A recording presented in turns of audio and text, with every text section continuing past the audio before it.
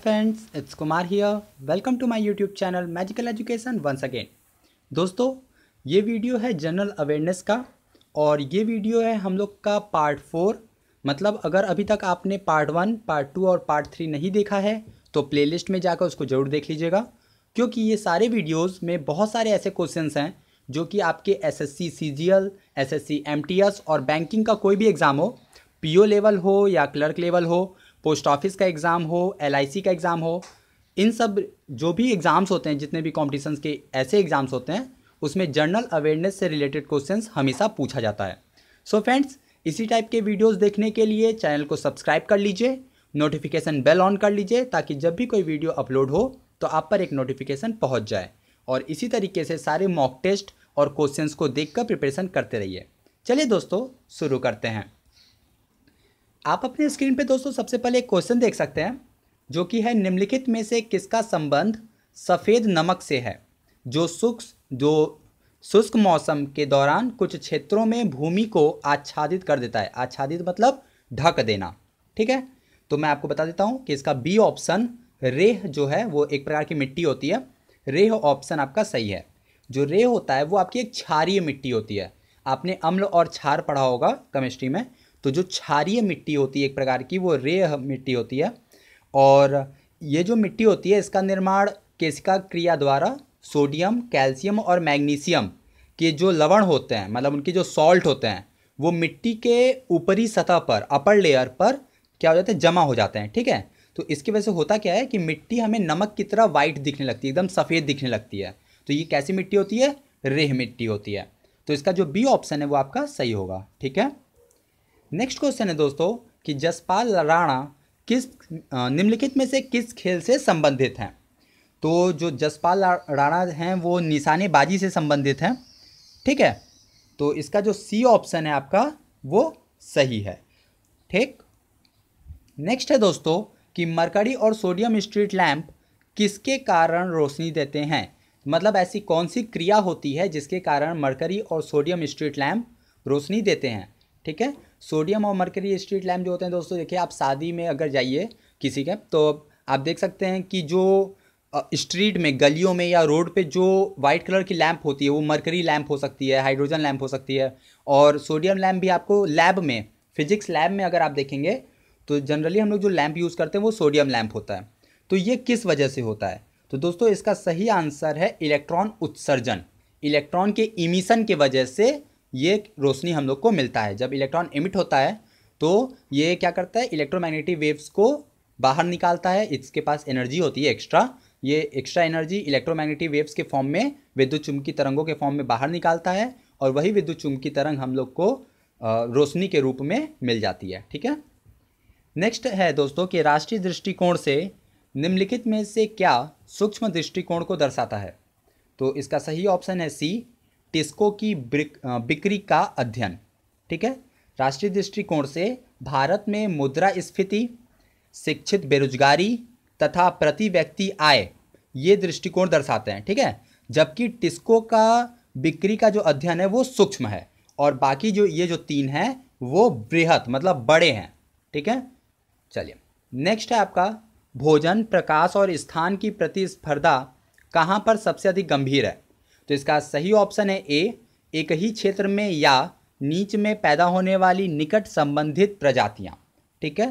परिस्थिति तंत्र जो है आपका, एक ही प्रजाति या नीच या क्षेत्र में पैदा होने वाली जो विभिन्न प्रजातियां के मध्य भोजन, प्रकाश और स्थान के लिए प्रतिस्पर्धा होती है, ठीक है। जैसे जंगल में वृक्ष हुआ, झाड़ी और घास के लिए, घास के बीच में धूप, पानी और पोषक तत्वों के लिए प्रतिस्पर्धा होती है, ठीक है।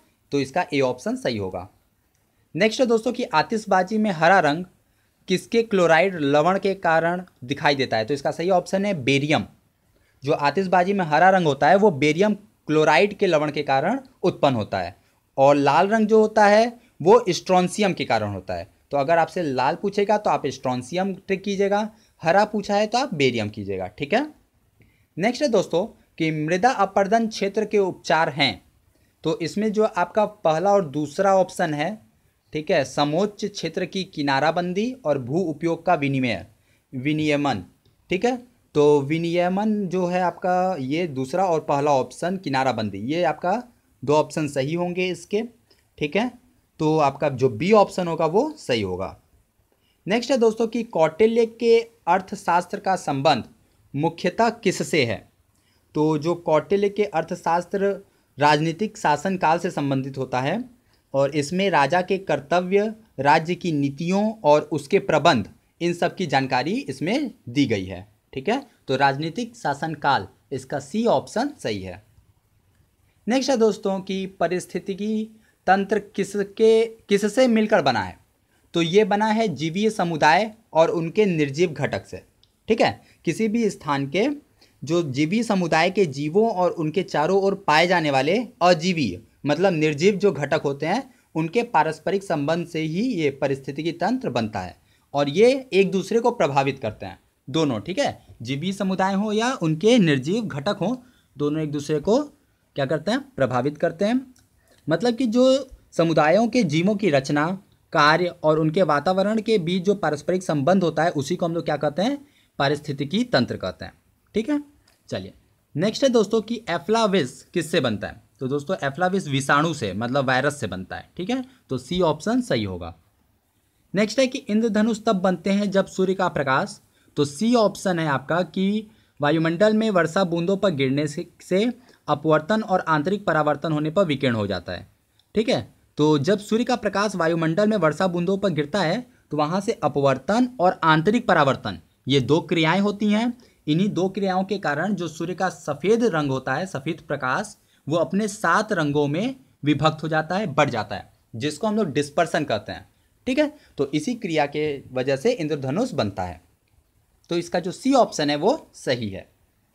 नेक्स्ट है दोस्तों कि नियमित मुद्रा जारी करने वाला और दिल्ली को अपने साम्राज्य की राजधानी घोषित करने वाला दिल्ली का प्रथम सुल्तान कौन था। तो इसका सही आंसर है इल्तुतमिश, मतलब डी ऑप्शन आपका सही होगा। नियमित मुद्रा जारी करने वाला और दिल्ली को राजधानी बनाने वाला कौन था, इल्तुतमिश था। ठीक है, और उसने ही चांदी का टंका और तांबे का जीतक, ये 2 चीज़ें उन्होंने ही चलाया था।